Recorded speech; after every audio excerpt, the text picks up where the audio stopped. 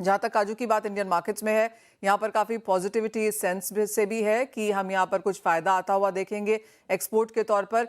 As of now जिस तरह के नंबर्स यहाँ पर हैं, राहुल, आप कैसे देखते हैं इंडिया की स्टैंडिंग?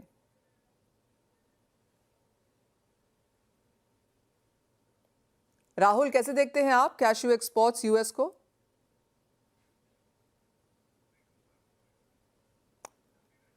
राहुल से हमारा संपर्क नहीं बन पा रहा है, उनसे जोड़ने की कोशिश करेंगे, लेकिन तब तक अपने साथ जोड़ लेते हैं हम एलकेपी सिक्योरिटीज के वीपी जतिन त्रिवेदी को। जतिन, नमस्कार, स्वागत है आपका। हम काजू की बात तो करेंगे, लेकिन उससे पहले हम सोने की बात कर लेते हैं। और जिस तरह की मुनाफा वसूली यहाँ पर देखने को मिली है, क्या सेंस है आपकी करंट लेवल्स पे, क्या करने की राय देंगे?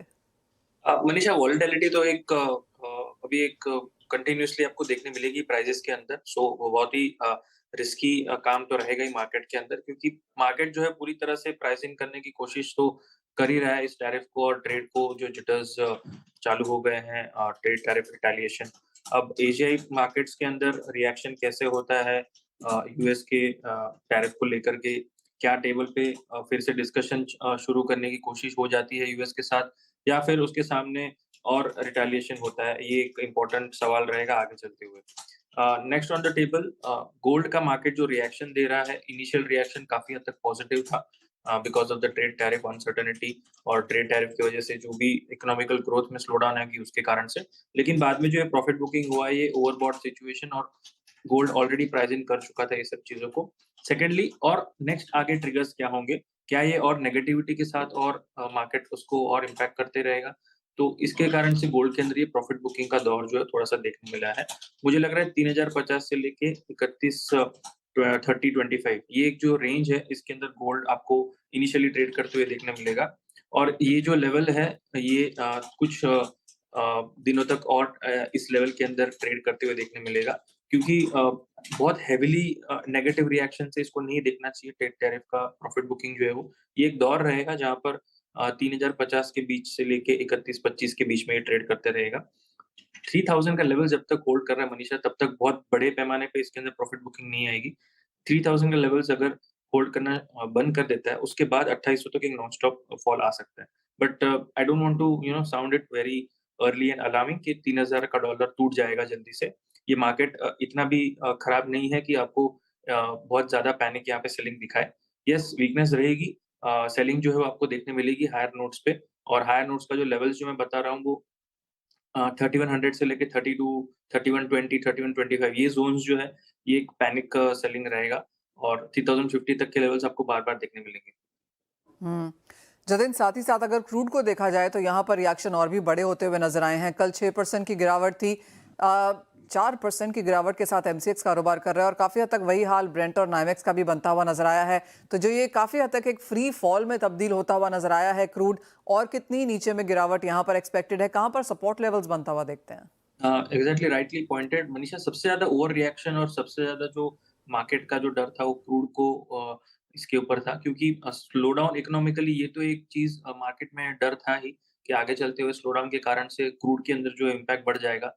लेकिन साथ ही साथ में जो ओपेक प्लस के साथ की जो कमिटमेंट्स आ रही है कि आगे चलते हुए प्रोडक्शन को लेकर के वो इन लाइन रहेंगे यूएस के साथ में, जहाँ पर प्रोडक्शन हाइक्स जो है वो ग्रेजुअल होती रहेंगी। इसके कारण से ये क्रूड का मार्केट जो ओवर सप्लाई से थोड़ा-सा रिएक्शन दे रहा है, और साथ ही साथ में जो ये स्लो डाउन रहेगा इकोनॉमिकली, इंडस्ट्रियल डिमांड जो है वो भी थोड़ा कम हो सकता है, ट्रेड बैलेंस जो है वो ऑफलोड हो सकता है। इसके कारण से क्रूड का जो ये रिएक्शन आपको देखने मिल रहा है। अनलेस एंड अनटिल जब तक कोई जियोपॉलिटिकल फ्रंट पे कोई नेगेटिव न्यूज़ फिर से आ नहीं जाती सामने, तब तक ये वीकनेस जो है वो और गहरा सकती है। हालाँकि पिछले 2 दिनों में देखने जाएँगे तो काफ़ी हद तक सेलिंग जो है ऑब्ज़र्व कर चुका है। इवनिंग सेशन में अगर सिर्फ इंट्राडे पर्पज़ से बात करें तो थोड़ा-सा यहाँ पे पुल बैक अगर मिलता है, फिर उसके बाद इसके अंदर कोई भी नेगेटिव साइड की ट्रेड लेनी चाहिए। अभी फिलहाल ओवरसोल्ड ज़ोन में बहुत ज़्यादा हेवीली ट्रेड कर रहा है, यहाँ पर मैं सेलिंग की एडवाइस तो बिल्कुल भी नहीं दूँगा, बहुत ही रिस्की हो जाता है यहाँ पर। 5600 से लेके 5700 ये एक रेजिस्टेंस प्ले करते हुए देखने मिलेगा आगे चलते हुए। तो किसी भी शॉर्ट लेवल अगर ट्रेड लेनी है, तो 5600 से 5700 तक का वेट करें। 5725 के ऊपर आपका जो भी है वो स्टॉप लॉस मेंटेन करके चलना है, क्योंकि डब्ल्यूटीआई जो है, मुझे लग रहा है अभी एक जो लेवल उसने ब्रीच किया है 65 का, उसके बाद 66 से लेके 6650, ये एक स्ट्रॉन्ग रेजिस्टेंस है जो इज़िली ब्रेक नहीं करेगा ऊपरी तरफ में। और निचले तरफ में मुझे लग रहा है 63 से लेके 62 के लेवल्स आपको आने वाले कुछ हफ्तों में आराम से देखने मिलने चाहिए। ऑलराइट, यानी कि यहाँ से 1.5-2% की गिरावट और भी यहाँ पर बनते हुए नजर आ सकती है कच्चे तेल में। लेकिन साथ ही साथ जतिन, एक और सेक्टर जहाँ पर एक कंप्लीट प्रॉफिट टेकिंग है, बहुत बड़ी गिरावट है, वो है मेटल्स। कल 2 से 5% की गिरावट थी, आज फिर से मंदी है, स्पेशली एल्यूमिनियम और जिंक जैसे मेटल्स में। अब हमने उनको इस वीक में तो ऑफ कोर्स नेगेटिव रिटर्न देते हुए देखा ही है, लेकिन 2025 में भी ये दोनों मेटल्स अब नेगेटिव हो चुके हैं। कॉपर में एक बहुत बड़ा फॉल है, मल्टी मंथ लोज पे सभी के सब मेटल्स काम कर रहे हैं। कैसे देखते हैं आप यहाँ से जर्नी, और अगला हफ्ता कैसा रह सकता है? या ये रिएक्शन जो है उसी के पीछे है जहाँ पर इंडस्ट्रियल डिमांड जो है वो थोड़ा-सा इम्पैक्ट ज़्यादा होगा।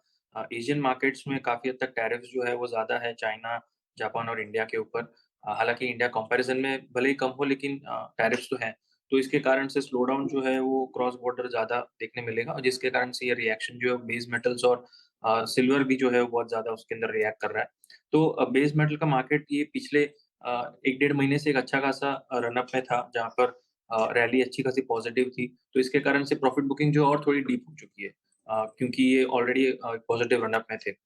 एल्यूमीनियम जो है वो रिएक्शन नेगेटिवली दे चुका है ज़्यादा, प्रॉफिट बुकिंग भी काफ़ी हद तक उसके अंदर आ चुका है। 230 से लेकर 225 के ज़ोन्स भी इसके अंदर टेस्ट करने जा सकता है। आई थिंक लास्ट वीक भी हमने जब बात की थी, तो मैंने यही बोला था कि बेस मेटल मार्केट यहाँ पे थोड़ा-सा ओवरबॉट लग रहा है, यहाँ पे ये कंफर्टेबल लेवल्स नहीं है जहाँ पर बाइंग करनी चाहिए जब कॉपर 900 के आसपास था, एल्यूमीनियम 245 और जिंक भी अराउंड 270 के आसपास ट्रेड कर रहा था। अब लेवल्स जो है वो अच्छे खासे आ तो गए हैं नीचे लेकिन अभी भी थोड़ा-सा और पेन हो सकता है।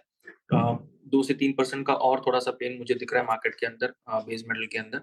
सो I am comfortable buying aluminium near 225-220 zone, एक सेफ ज़ोन रहेगा वो।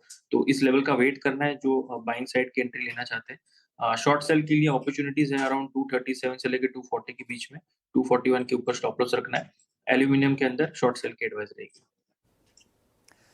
ऑलराइट, तो अभी भी कुछ बिकवाली यहाँ पर देखने को मिल सकती है। 235 के लेवल्स हैं, 220 तक जतिन को लगता है प्राइसेस गिर सकते हैं और वहां पर एक बाइंग अपॉर्चुनिटी निकल के आ सकती है। तो क्लियरली कुछ और pain on the lower side यहाँ पर ज्यादातर कमोडिटीज में देखने को मिल सकता है।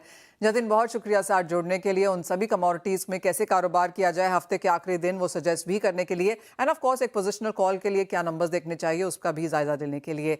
वेल, इसी के साथ एक ब्रेक के लिए रुकेंगे, लौटेंगे तो बात करेंगे यहाँ पर कैश्यूज की। यहाँ पर एक पॉजिटिविटी उभर के आ रही है।